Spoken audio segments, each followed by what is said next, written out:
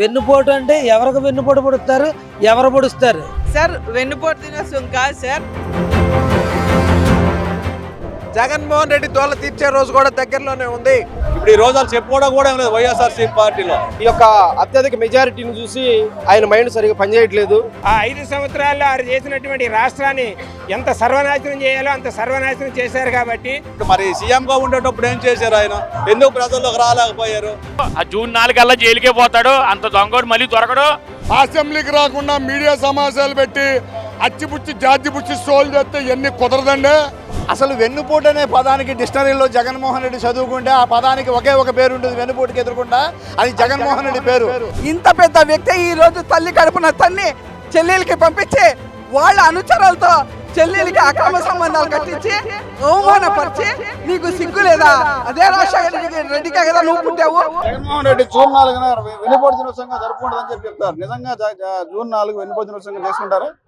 ఆయన ఎందుకంటే చేసుకుంటారు, ఏదో ఒకటి ప్రజల్లోకి వెళ్ళాలనే ఉద్దేశంతో చేసుకుంటున్నారు తప్ప NDA government Telugu Desam party Chandrababu Naidu అధికారం వచ్చిన తర్వాత మేము ఎలక్షన్లో ఎవరికైతే ఏమేమి హామీలు ఇచ్చినా ఒక్కటి కూడా నెరవేరుతుంది. ఇప్పుడు ఈ రోజు చెప్పుకోవడం కూడా ఏం లేదు వైఎస్ఆర్సీ పార్టీలో. రేపు పొద్దున్న జగన్మోహన్ రెడ్డి కూడా వెళ్ళే పరిస్థితి ప్రజలు లేరు ఎవరు కూడా. అందుకు ప్రజల్లోకి ఇప్పుడు మరి సీఎంగా ఉండేటప్పుడు ఏం చేశారు ఆయన? ఎందుకు ప్రజల్లోకి రాలేకపోయారు? అందుకు జగన్మోహన్ రెడ్డి పని కథమైపోయింది, ఇంకా తిరుగులేదు. ఇక్కడ మన ఆంధ్రప్రదేశ్ కానీ రాయలసీమలో కూడా ప్రశాంతమైన వాతావరణం ఏర్పడిపోయింది. జగన్మోహన్ రెడ్డి లాంటి ఈ ఫ్యాక్షనిస్టులకి ఇక్కడ అవకాశం లేదని నిదర్శనం. జూన్ 4 వెన్నుపోటు దినోత్సవం, అదే రోజున కూటమి ప్రభుత్వం ఏర్పడింది. ఆ రోజున వైసీపీ పార్టీ వెన్నుపోటు దినోత్సవంగా జరుపుకుంటుంది రాష్ట్ర వ్యాప్తంగా అంటారు. ఏం చెప్తారు? రాష్ట్ర వ్యాప్తంగా మా టీడీపీ కూటమి ప్రభుత్వం ఏర్పడినాక ఇంకా భయం అయిపోయింది. ఆయన ఇంకా అడ్రస్ రాడు, ఎక్కడ బయట కూడా రాడు. అవన్నీ ఏదో చెబుతూ ఉంటారండి. అతనికి ప్రస్తుతము ఈ యొక్క అత్యధిక మెజారిటీని చూసి ఆయన మైండ్ సరిగా పనిచేయట్లేదు. ఆయన ఏదో మాట్లాడుతూ ఉంటాడు కానీ మాటలకి ఆయన చెప్పే పనులకి విలువ లేదని సభముఖం తెలియజేస్తున్నాం. ఏమండి, జగన్మోహన్ రెడ్డి గారు కొద్దిగా ఆయన పర్వర్టెడ్ ఇదిలో ఉన్నారు. ఆయన ఏం మాట్లాడుతున్నారో ఆయనకి తెలియట్లేదు. వెన్నుపోటు దినాలు ఏ దినాలు ఉండవు, ఎందుకంటే మాకు స్వచ్ఛమైన మెజారిటీ ఉంది. కేవలం 11 మంది ఎమ్మెల్యేలతో ఉన్నటువంటి ఆయన వెన్నుపోటు అంటే ఎవరికి వెన్నుపోటు పొడుస్తారు, ఎవరు పొడుస్తారు? ఈ రోజున స్వచ్ఛమైన మెజార్టీ ఉంది, భారీ మెజార్టీతో ఎమ్మెల్యే ఉన్నారు. అటువంటి అన్ని అపోహలు కేవలం వాటితో డైవర్షన్ పాలిటిక్స్కి, పార్టీలో డైవర్షన్ పాలిటిక్స్కి ఆయన దారితీస్తున్నాడు. ఎటువంటి వెన్నుపోటు పాలిటిక్స్ ఉండవు. జగన్మోహన్ రెడ్డి దోల తీర్చే రోజు కూడా దగ్గరలోనే ఉంది. ఖచ్చితంగా రాబోయే స్థానిక సంస్థల ఎన్నికల్లో పులివెందులు కూడా తెలుగుదేశం పార్టీ కొట్టబోతా ఉంది.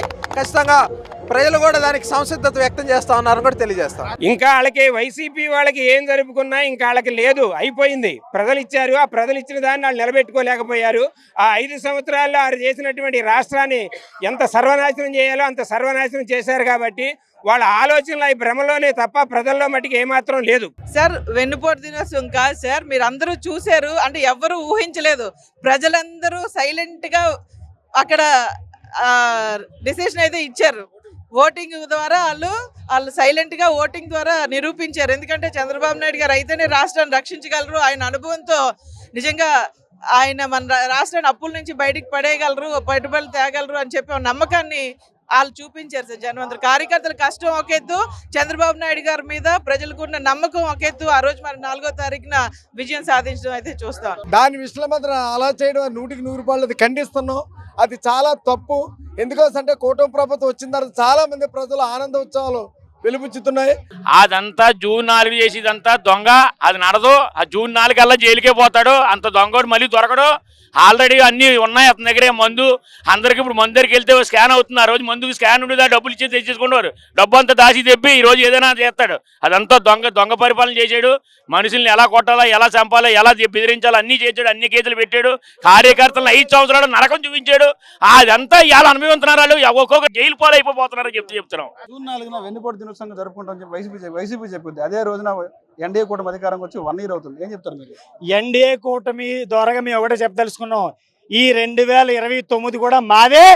మీరు ఎన్ని జరుపుకున్నా సరే రాసి పెట్టుకోండి, 2029 మా ఎన్డీఏ కూటమి ఉన్నంత వరకు మాదే, తిరిగిలేదు. జై చంద్రన్న, జై లోకేష్, జై అనితమ్మ. సార్ వెన్నుపోటు ఇవన్నీ కూడా చాలా తప్పుడు వ్యవహారం.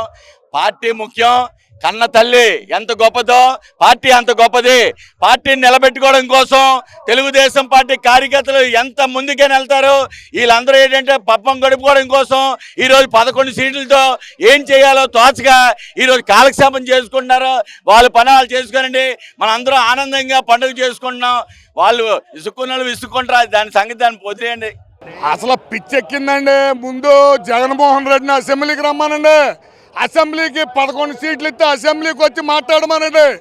అసెంబ్లీ అనేది ఆయన పులివెందుల, ఇదే కడప జిల్లా పులివెందుల ఆయనకి ఇచ్చిన హక్కును వాడుకోమనండి. ఆయన్ని అసెంబ్లీకి రాకుండా మీడియా సమావేశాలు పెట్టి అచ్చిపుచ్చి జార్జిపుచ్చి షోలు చేస్తే ఇవన్నీ కుదరదండి.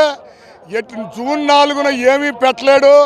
ఇలాంటి పిచ్చి పిచ్చి ప్రాలాపులు చేస్తే డబుల్ డిజిట్ నుంచి సింగిల్ డిజిట్కి పరిమితం అయిపోతాడు జగన్మోహన్ రెడ్డి. అసలు వెన్నుపోటు అనే పదానికి డిక్షనరీలో జగన్మోహన్ రెడ్డి చదువుకుంటే ఆ పదానికి ఒకే ఒక పేరు ఉంటుంది వెన్నుపోటుకి ఎదురుకుండా, అది జగన్మోహన్ రెడ్డి పేరు.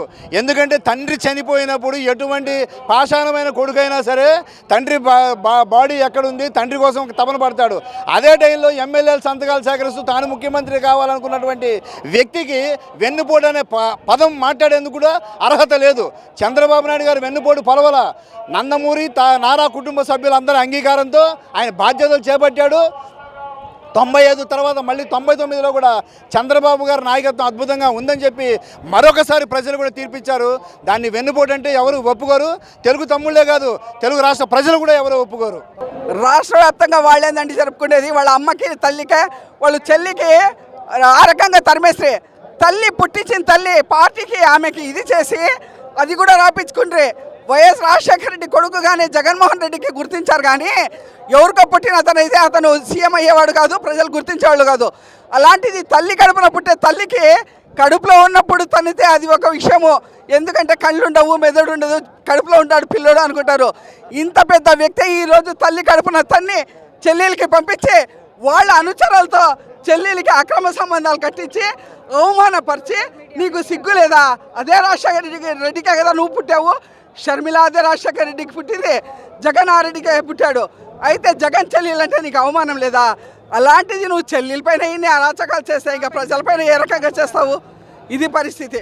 వేరే వాళ్ళు ఏం చేస్తున్నారని చెప్పేసి 1కి 4 రకాలుగా అక్రమంగా వాళ్ళపైన ఇది చేయడం తప్పనిస్తే గురుగ్గింజ మాదిరిగా అతను వంగి చూసుకుంటే అతనికి తెలుస్తుంది.